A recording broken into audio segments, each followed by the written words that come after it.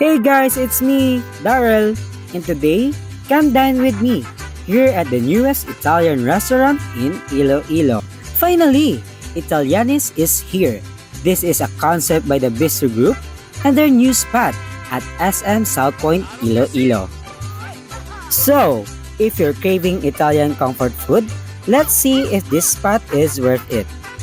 Look at this place. Super cozy, warm lighting, very Italian vibes. You already know the drill. We start with a signature complimentary bread. We started with a Sicilian salad, and I really enjoyed the blend of sweet mangoes and grapes paired with a creamy anchovy dressing.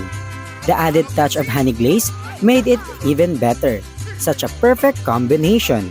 For pasta, the seafood aglio olio is a must try. It's packed with a garlicky goodness, fresh basil, juicy shrimp, and a kick of chili flakes. Simple and bold. If you're a meat lover, go for the grilled pork foie. It's a perfect crusted and perfectly juicy and served with this amazing rosemary potatoes. And of course, we couldn't skip the margarita pizza.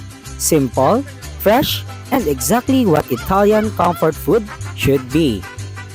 To wash it all down, I tried the sparkling basil cranberry and the 3 citrus for the extra zesty kick. The vibe here is perfect for family dates or a night out with friends. Check out Italianis at SM South Point Iloilo. Once again, this is Daryl. Just hit like and follow for more updates. Thank you for watching!